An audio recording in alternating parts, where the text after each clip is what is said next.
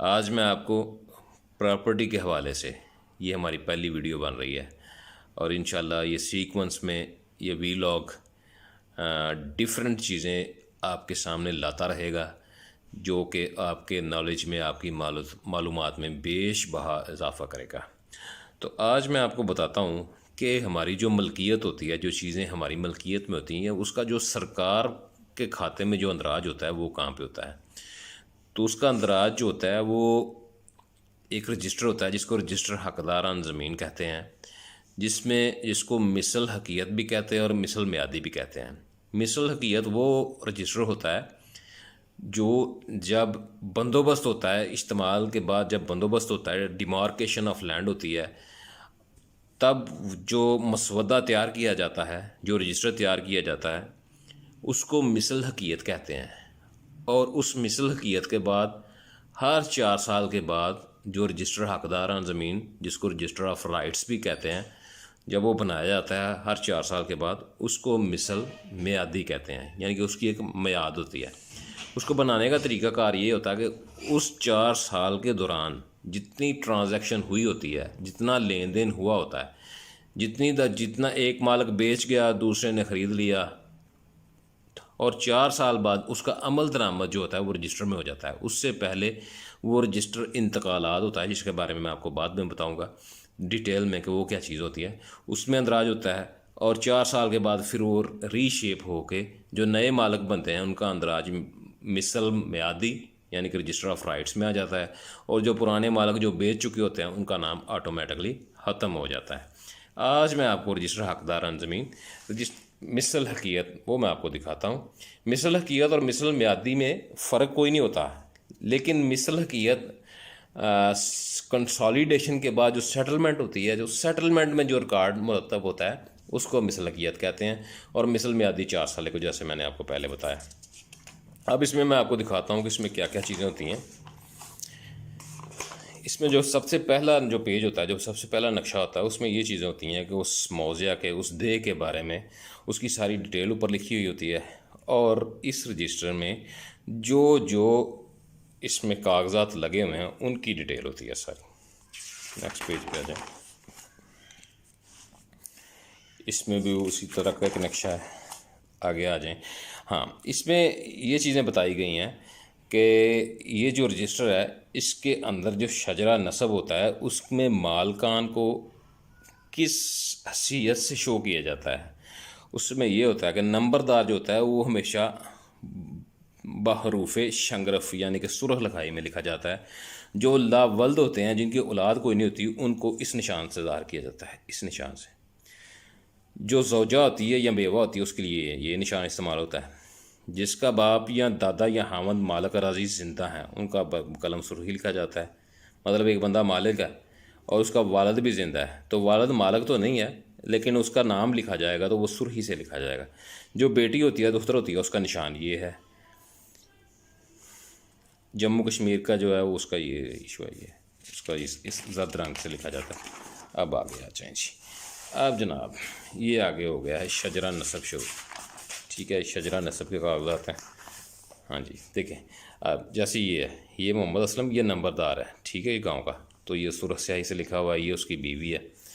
अब आगे आ जाए, ये उसका वालिद है, ये उसका दादा है, ये उसका परदादा है। शजरा नसब में पूरा शजरा होता है, उस फैमिली की पूरी डिटेल होती है कि उसके कितने बेटे हैं, कितनी बेटियाँ हैं, जिसका अंदराज रजिस्टर ऑफ राइट्स में हो चुका है, उनके नाम यहाँ पे पूरी फैमिली। अक्सर लोगों को नहीं पता होता कि मेरे दादी का क्या नाम था, दादे का क्या नाम था, परदादे का क्या नाम था, उसके वालिद का क्या नाम था।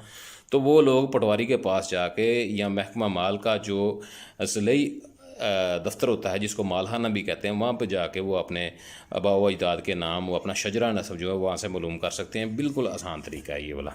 इसी तरह से ये सारी चीज़ें हैं। ये एक गांव का मैं आपको दिखा रहा हूँ कि एक जो देह होता है जिसका पटवार का हल्का कहा जाता है, उसमें अगर जो गांव है उसमें अंदराज किस तरह के होते हैं, ये चीज़ें आपने पहले नहीं देखी होंगी, ये मैं आपको दिखा रहा हूँ जी। अब आगे आ जाएँ। ये एक पेज है,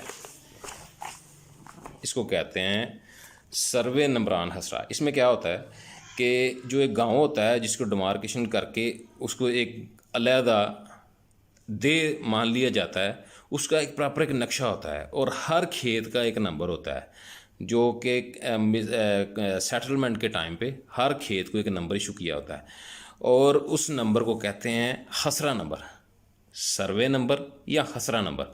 वो तरतीबवार होते हैं, 1 2 3 4 5 6, जितना बड़ा गांव होगा वो उतने 1 एकड़ के नंबर भी हो सकते हैं। उसमें जैसे जैसे वो नंबर की कटाई हुई होगी, कटाई से मुराद के जैसे वो जितने साइज़ का वो प्लाट होगा उसको उस हिसाब से वो नंबर दिया होता है। ठीक है, अब आगे आ जाएं, उसको सर्वे नंबर या खसरा नंबर कहते हैं। हाँ, उसके आगे ये एक है पेज, इसको कहते हैं इंडेक्स रदीफ वार मालकान। ये रदीफ वार मालकान होते हैं, मतलब कि अलिफ बे, अलिफ के साथ जिनके नाम शुरू होते हैं वो लोग, बे के साथ जिनके शुरू होते हैं वो लोग, इस तरह इसमें पूरे गांव के जितने मालकान अराज़ी हैं उनके नाम लिखे होते हैं जी। अब ये है मेन जो इस रजिस्टर का जो पेज होता है वो इस तरह से होता है। सबसे ऊपर गांव का नाम लिखा होता है, फिर उसकी तहसील लिखी होती है, ज़िला होता है, और ये किस साल में मुरतब किया गया रजिस्टर, उसकी साल होती है। अब इधर आ जाएंगे, सबसे पहले है नंबर खेवट मालक, कि ये जो मालक राजी है इसका खेवट नंबर, इसको खाता नंबर भी कहते हैं। ठीक है, उसके बाद आता है खतौनी नंबर, ये काश्तकार का नंबर होता है, ये आता है। उसके आगे जो मालक राजी है उसका नाम लिखा होता है, जैसे ये नाम लिखा हुआ ये मालक राजी है। उसके आगे लिखा है कि इस खाते में इसकी हैसियत क्या है, ये मालक है, ये क्या है। तो अमूमन क्योंकि ये खाना मालक का होता है, यहाँ पे मालक ही लिखा जाता है। अब आगे लिखा हुआ है ये सालम, सालम का मतलब ये है कि इस खाते में इसका और कोई बंदा शरीक नहीं है, इस सालम खाते का सिर्फ ये अकेला मालक है, तो यहाँ पे लिखा जाएगा सालम। अब ये कि ये जो खाता है इस खाते का रकबा कितना है, यानी कि कितने रकबे का मालक है, ये लिखा हुआ है 182 कनाल 1 मरला। हाँ, अब आगे आ जाएं, नाम काश्तकार माहवाल। ये चीज़ ये होती है कि ये जो मालक राजी है ये खुद काश्त कर रहा है या कि इसने आगे मुजारे रखे हुए हैं जो इसको काश्त करते हैं। अगर तो खुद काश्त करता है तो वो लिखा जाएगा मकबूजा मालक व खुद काश्त के, ये जो मालक है इसका ही कब्ज़ा है और ये काश्त भी खुद ही कर रहा है, और ये नंबर लिखे हुए हैं जिनको ये खुद काश्त करता है, कब्ज़ा भी इसी का है, उसके ये नंबर लिखे होते हैं, ये नंबर लिखा हुआ है। और ये नंबर है नंबर हसरा, जो मैंने आपको पहले बताया गया नंबर हसरा क्या होता है, वो खेत का नंबर होता है, ये उनके नंबर लिखे हुए हैं। और आगे फिर उस नंबर का रकबा लिखा हुआ है कि उस नंबर का रकबा कितना है। जैसे ये लिखा हुआ है ये बंजर कदीम है, यानी कि इधर कब्ज़ा इसी का है लेकिन ये रकबा बंजर है, 74 कनाल 5 मरले। एक ये नंबर है, इसका ये है 10 कनाल 18 मरले का, इसमें से कुछ जो रकबा है वहाँ पे जो है वो काश्त होती है और कुछ रकबा गैर मुमकिन है। अब इसके पास ये वाले 3 कितात हैं, ठीक है, और इसमें जो है ना इसका ये रकबा है और नीचे लिखा हुआ है इसकी हैसियत क्या है। ये मतलब मुमकिन गैर मुमकिन, मुमकिन गैर मुमकिन ये होता है, मुमकिन वो होता है जिसमें जो है ना काश्त जो है ना वो मुमकिन हो, और जिसमें काश्त मुमकिन ना हो, जहाँ पे घर बने हो, प्लाट बने हो या बंजर हो, और जहाँ पे कोई भी काश्त ना हो सकती हो उसको फिर वो उसी कंडीशन में लिखा जाता है। गैर मुमकिन वो होता है जहाँ पे काश्त हो ही नहीं सकती, वहाँ पे आबादी है या कुछ बना हुआ है या कोई कमरा है, जैसे ट्यूबवेल वगैरह होते हैं खेतों में, वो गैर मुमकिन में आएंगे। और कुछ रकबा बंजर होता है, जो बंजर मतलब कि जहाँ पे 3 4 5 साल से कोई काश्त नहीं हुई उसको बंजर ही लिखा जाता है। और जो उसको 10 15 20 साल से ऐसे पड़ा हो फिर वो कदीम बंजर कदीम लिखा जाता है। कदीम बंजर का मतलब ये है कि ये बहुत अरसा हो गया ये ऐसे बंजर ही पड़ा हुआ है। ठीक है, अब ये वाले नंबर जो हैं ये मलकियत इसकी है और कब्ज़ा भी इसकी का है और काश्त भी खुद ही कर है। अब चूँकि ये मालक था 182 कनाल 1 मरले का, तो अब देख रहे हैं बाकी रकबे में क्या है। बाकी रकबे में जनाब ये लिखा हुआ गुलाम हैदरवल्द गुलाब, ये बंदा जो है ये इसका मज़ारिया है, मलकियत इस बंदे की है और इसने आगे इसको काश्त पे दिया हुआ है, काश्त पे दिया हुआ है, जैसे मज़ारा है इसका या इसको ठेके पे दिया हुआ है। तो ये चीज़ साबित करती है कि ये रकबा इसका है लेकिन इस पे इसके ऊपर जो काश्त कर रहा है वो बंदा ये है।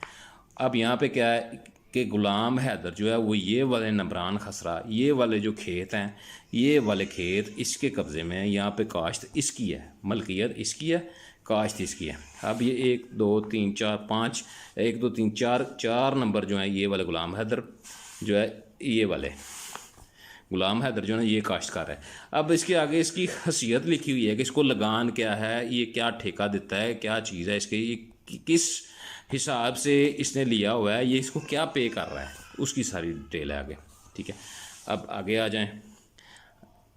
अब ये एक और नंबर है जो गुलाब वल्द नूर मोहम्मद, ये गुलाम हैदर वल्द गुलाब के पास था, अब ये गुलाब वल्द नूर मोहम्मद है, इसके पास एक ये नंबर है, ये भी काश्तकार है, इसकी हैसियत लिखी हुई है कि ये किस हैसियत में काश्तकार है। अब ये एक और बंदा है नूर मोहम्मद वल्द गुलाब, इसके पास एक दो, ये दो नंबर हैं, ये उनको काश्त कर रहा है, उसकी हैसियत लिखी हुई है। ठीक है, ये नीचे कतात है, उसमें लिखा हुआ मदरूबा गैर मदरूबा सारा कुछ। ठीक है, अब ये एक खाता यहाँ से लेके यहाँ तक है, ये इसका नाम, इसकी मलकियत लिखी हुई है सालम, ये इतना रकबा के, इस रकबे का मालिक। अब ये नहीं है कि जनाब ये अगर फ़रोख्त करना चाहे तो ये सिर्फ यही फ़रोख्त कर सकता है, इसके कब्ज़े में ये नहीं कर सकता, ये फ़रोख्त कर सकता है, इसको हक हासिल है। लेकिन अगर इनके साथ कोई कॉन्ट्रैक्ट है, कुछ किया हुआ है, वो एक अलग बहस है कि ये उस कॉन्ट्रैक्ट को छोड़ के या अपने पास से रकबा दे दें या उस कॉन्ट्रैक्ट को ये ख़त्म कर दें, ये इनका ज़ाती मामला है। मतलब ये बेच सकता है, और जब भी ये बेचेगा, मतलब फॉर एग्जाम्पल इस पे से इसने ये एक नंबर बेच दिया ये वाला, तो उसका अंदराज जो है ना वो फिर यहाँ पे होगा कि मोहम्मद असलम हाँ ने ये नंबर इतना रकबा फ़लाँ बंदे को सेल कर दिया, यहाँ पे सुरख पेंसिल के साथ लिखा जाएगा, और इसका अंदराज एक रजिस्टर दाखिल खारज होता है जिसको रजिस्टर इंतकालात कहते हैं, उसमें मुकम्मल डिटेल लिखी होती है। उसकी वीडियो मैं एक और बनाऊँगा और उसके बारे में आपको डिटेल में बताऊँगा ताकि आपको समझ आ जाए। आज की ये वीडियो थी, फिर मिलते हैं इंशाल्लाह। खुदा हाफिज़।